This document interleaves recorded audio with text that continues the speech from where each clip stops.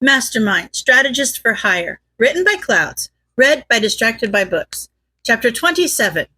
Reactions. Ashido slammed the doors open and ran into the common room. Ashido! Ida jumped up from his place on the couch. Please be respectful of school property. Have you seen the news? She leaned down with her hands on her knees as she caught her breath. Does it frickin' look like we're watching the news, Pinky? Bakugo rolled his eyes. Turn it on! Channel 5! Kirishima ignored Ida's protests that they should be doing homework instead of watching TV as he grabbed the remote and switched channel. Won't be, how did you put it? That's right, coming home anytime soon. In fact, I don't intend to come home at all. A chill went through the room and even Ida shut up as they watched Todoroki stare down Endeavor, a member of the League of Villains by his side. I go by Freezerburn now. He can't be implying. Yaoyorozu glanced toward the others, who were all staring at the TV with horrified disbelief. A short scream from Uraraka drew her gaze back to the TV, where Todoroki and Dabi had released fire on Endeavor. No! Kirishima shook his head. It's gotta be a body double, or they're threatening him, or something. Todoroki wouldn't turn villain. He just wouldn't. How do you know, Hiro? Asui said. None of us were very close to him, and he never really showed a lot of emotion. So he could have been considering this for months, and we wouldn't have known. As much as I hate to agree, Shinso drawled, Sue's right. None of us know him well enough to know if this is real or not. Well, Uraraka frowned and clenched her fists at her sides. Shouldn't we be giving him the benefit of the doubt? I choose to believe he's being forced, and this is all just an act. As soon as the other heroes show up, they'll save him. Come on, Uraraka! Kaminari gestured wildly to the TV, where high walls of flame were keeping the reporters in place. He's holding people hostage. What kind of a hero does that? As a hero? Or my future as your masterpiece? Either way, it's no great loss. Apparently, a hero who doesn't see himself as one. Shinso said. The class listened as Todoroki described the abuse he'd suffered, and they felt their hearts sink. It did sound like a realistic motivation if Todoroki really had decided to become a villain. That can't be true, Kirishima said. He's gotta be lying. I know Endeavor isn't the nicest guy, but child abuse just isn't manly. They all waited for Endeavor to deny that he had beat Todoroki, and the mood in the room crumpled when he didn't even bother. Uraraka burst into tears while Asui and Yaoyorozu hugged her. Bakugo's hands started popping with tiny explosions as he yelled at the television set, and Kaminari accidentally shorted himself out. The other heroes should be showing up soon, right? Jiro asked hesitantly. Well, yeah, Sato said, but will they be able to do anything? They've taken over 100 hostages. Is that why Endeavor isn't fighting back? Sero asked. Normally he'd have barbecued Dabi by now. He probably doesn't want to hurt Todoroki. Doesn't sound like that stopped him in the past, Shinso grumbled. Todoroki ran at Endeavor, trying to catch him in ice, while Dabi came in with a sneak attack from behind. Ashido couldn't tear her eyes away from the TV. Acting like a villain, Bakugo finished. The room exploded in yells when Dabi and Todoroki turned their fire on the hostages, and some of the students jumped to their feet as though they thought they could do anything to stop the fight. The footage had erupted into chaos as the cameraman and reporters were injured, and some of the cameras stopped working due to the heat. Frickin' change the channel! Bakugo yelled. One of these stations has got to have a working camera. It took a minute of channel surfing until they managed to find another station. This one had obviously not been at the press conference, but had shown up for the fight because they were standing outside the police line as flames raged in the background and an entire fleet of ambulances drove by. There do not appear to be any fatal injuries at this time, although from what we are seeing, almost everyone present was injured. The villains responsible for this attack are Dobby, a known member of the League of Villains, as well as Shoto Todoroki, who was going by the name of Freezerburn. Until recently, Todoroki was assumed missing after he was kidnapped by the League of Villains at a UA training camp over the summer. All previous attempts to rescue him have ended in failure and, well, now I guess we know why. The reporter held a hand to her earpiece for a moment, then nodded. Dobby and Freezerburn fled the scene shortly after opening fire on the hostages. The #1 hero, Endeavor, is currently in pursuit. We'll take you now to our chopper for a bird's eye view. Well, we currently have eyes on a building that Endeavor chased the villains into just a few minutes ago. It appears that the fight is taking place inside. Oh my God. A massive jet of flame erupted from the side of the building, and Endeavor jumped down onto street level. The camera zoomed in on Dobby and Shoto, who were both crouched down the street, looking a little worse for wear. They stood up slowly and stared down Endeavor, and the students held their breath as they saw Todoroki frost over his left side. They gotta give up now, right? Kirishima asked. I mean, they're facing Endeavor. They can't win. Endeavor shot a fireball at Todoroki, who blocked it with an ice wall and created an opening for Dobby to attack Endeavor. The students gasped when the attack not only landed, but appeared to hurt Endeavor. I hate to say this, the reporter in the helicopter said, but it looks like Endeavor might need a little help with this one. Where are the other heroes? Are they all still on rescue? That's what we're all wondering, Shinso said. That's probably why they attacked the reporters in the first place. Oh my God! The reporter couldn't even bring herself to give any commentary as Todoroki slammed his right foot down and shot knives of ice at Endeavor, who couldn't dodge fast enough. The dorm room went silent. The only sound, the reporter's frantic muttering at the scene below her. At first, Endeavor was burning hot enough that the ice melted, but after a few seconds, the ice stuck, and from the angle the helicopter was recording at, they could clearly see the massive icicles going in his chest and coming out his back, coated in blood. Todoroki stood still for a long moment after Endeavor went limp, and the class wondered, what was he going to do? Would he regret it? Would he turn himself in? Would he just disappear? On the screen, Todoroki threw back his head and laughed. He was surrounded by ice, fire, and blood, standing in front of the person he had just killed, and he laughed. The class sat frozen as Dobby joined in his laughter and pulled him through a familiar purple portal just moments before heroes arrived at the scene. They looked at each other as the horror and realization of what had just happened set in.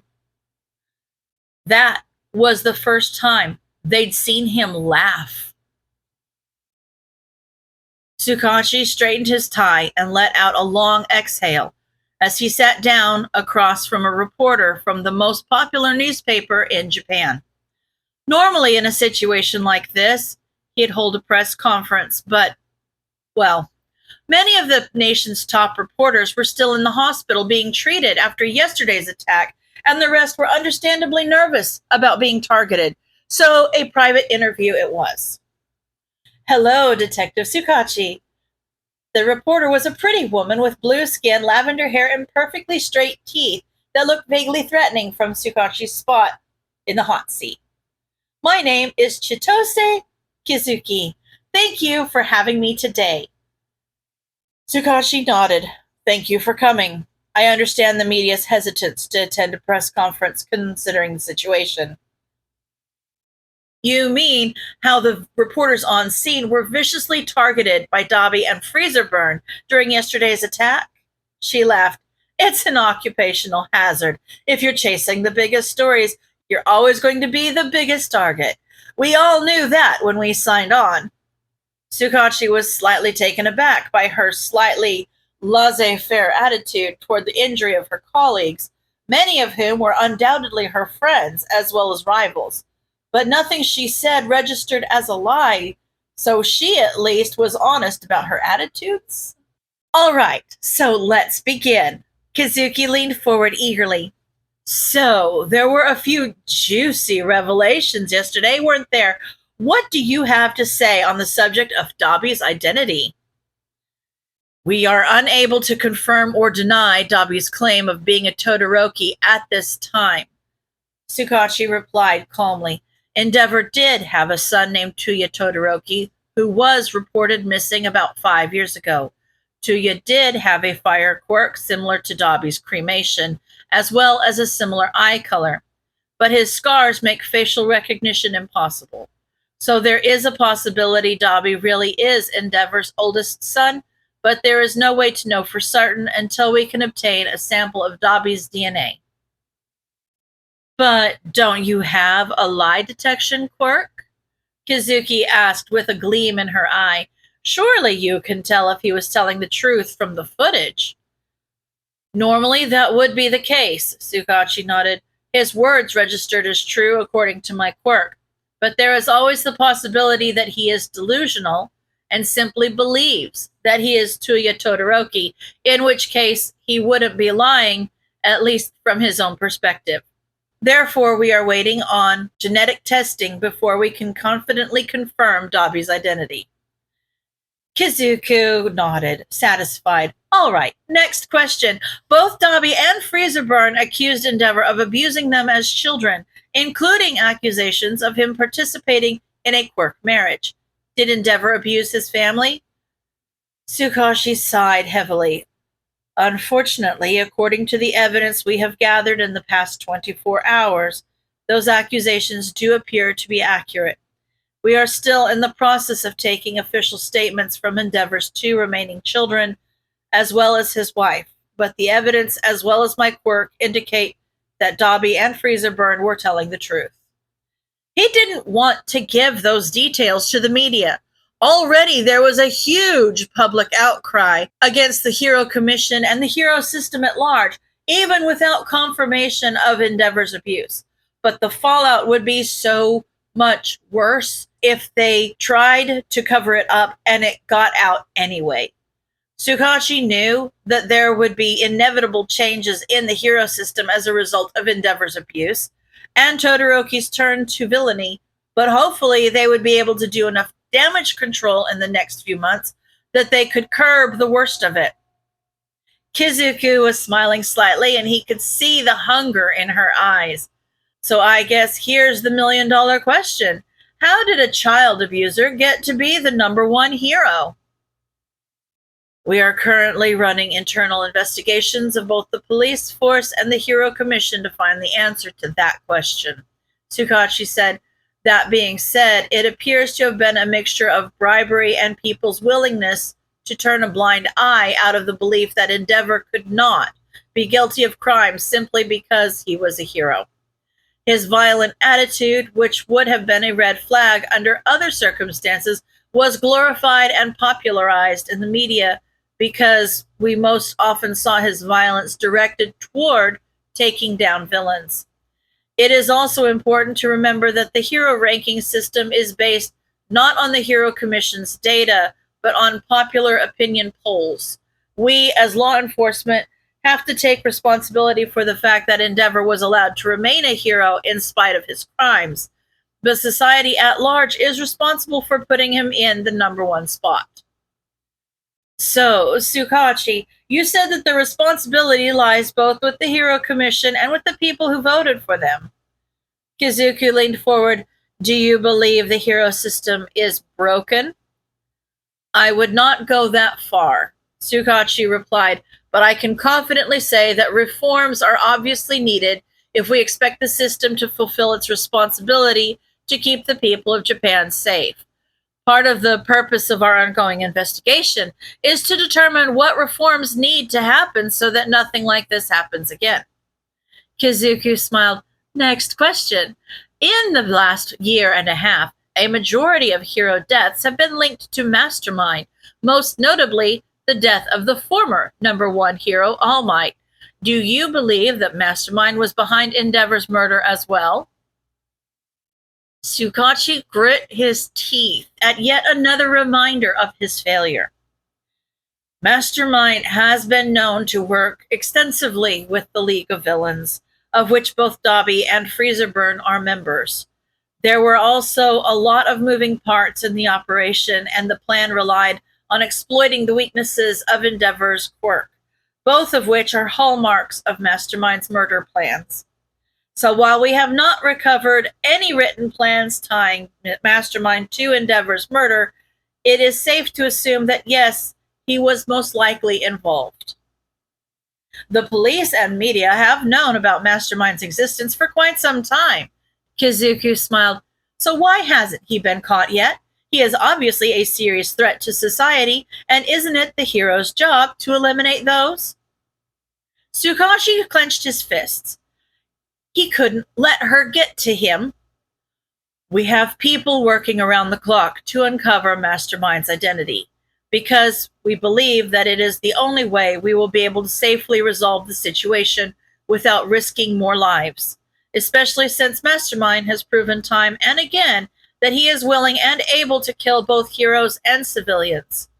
However, the same qualities that have enabled him to kill so many top-rated heroes are the ones that make him so difficult to find and catch. He is highly intelligent and extremely careful, but we have heroes working the case that are able to match him in intelligence, so it is only a matter of time before we catch him. All right, Kizuki said. I believe we are almost out of time, so this will be my last question. In the last 6 months, we have lost 2 #1 heroes to Mastermind, who is beginning to be called the #1 villain in Japan. How do you think this bodes for hero society as a whole, and more specifically, Hawks, who is next in line for the #1 spot? Tsukashi shook his head. I honestly can't say. Both heroes were killed by villains who had a distinct reason to target them. All Might because he was the symbol of peace, and Endeavor because of a personal grudge. Mastermind himself, however, is not purposely going after #1 heroes, so I do not believe Hawks is in any more danger now than he was a few months ago. As for society, we will simply have to wait and see. Kizuku nodded and stood. Perfect. Thank you again for this opportunity, Detective. I hope to see you again. Tsukashi gave a strained smile and walked her out. He gave a sigh of relief as she got into a car that was waiting for her at the curb. He never wanted to do that again. He went back inside and got out the Mastermind file, even though he'd practically memorized it at this point. It had been months since All Might's death, and still they were no closer to catching him.